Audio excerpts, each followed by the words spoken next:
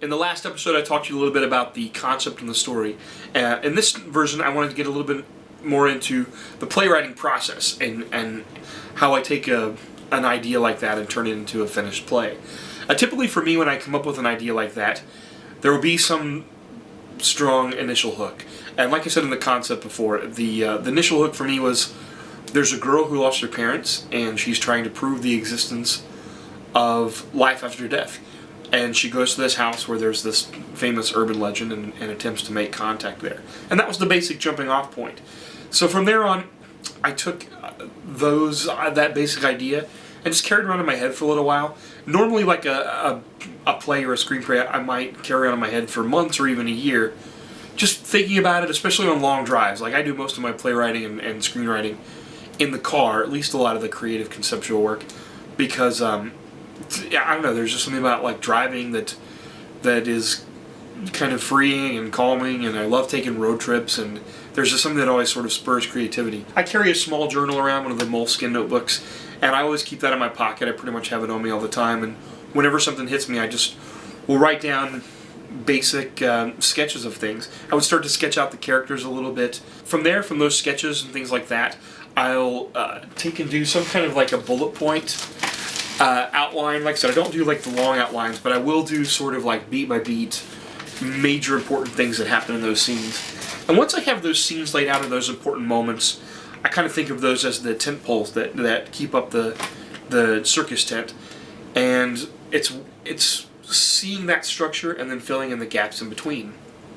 And once I have that sort of basic structure down, the actual sitting down and the process of actually writing the play itself is basically about getting the characters to talk to each other. And one important thing that I think for writers, and it's something that people get hung up on a lot, and I certainly did when I first started writing, was I would sit down to write, and I would start at the very beginning every time, and I would work my way up through what I'd written so far, and I would start page 1, read what I had written the day before or days before, whatever, and I would start to obsess over commas and words and things like that, and I wouldn't go any further. Eventually, hours later, I would be exhausted and drained and wouldn't have worked much further forward.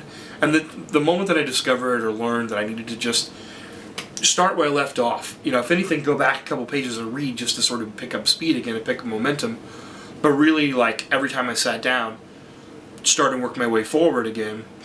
Once I learned that, I started finishing bigger pieces much more quickly. One of the things that I learned early on, I went to school for musical theater as an actor, and I spent a lot of time in the library reading about playwriting because I wasn't majoring in playwriting.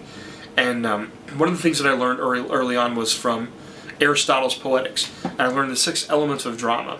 And Aristotle laid these things out in this beautiful essay on drama, particularly as it pertains to tragedy. And he came up with 6 elements that he basically laid out. They are plot, which is the series of events, what happens in your play, the moment-to-moment series of events, characters, who's the play about, dialogue, what are the characters saying to each other, 4 is music, or I like to think of it as sound, how do you tell your story using sound, including silence, which for ghost stories is a really important thing. There are long stretches of quiet for the suspense. Spectacle, yeah, I'm in 5. Spectacle, which is visually, like how do you tell your story visually? What is one book that I read referred to it as stuff that's cool to look at. I always think, when I think visually of spectacle, I always think of Star Wars, and I think of the lightsaber duels. Like, that's such a spectacular visual, iconic visual image that is very specific to Star Wars. And then the last thing is theme.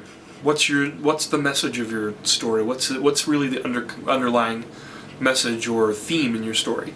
For instance, Spider-Man. The underlying theme is, with great power comes great responsibility. Another thing that popped up a few weeks ago during the writing of ghost stories that was really important to me, another really useful tool that I used, was a memo that the playwright David Mamet wrote to his writing staff on The Unit, on his television show The Unit. And it was basically laying out to them, what is drama?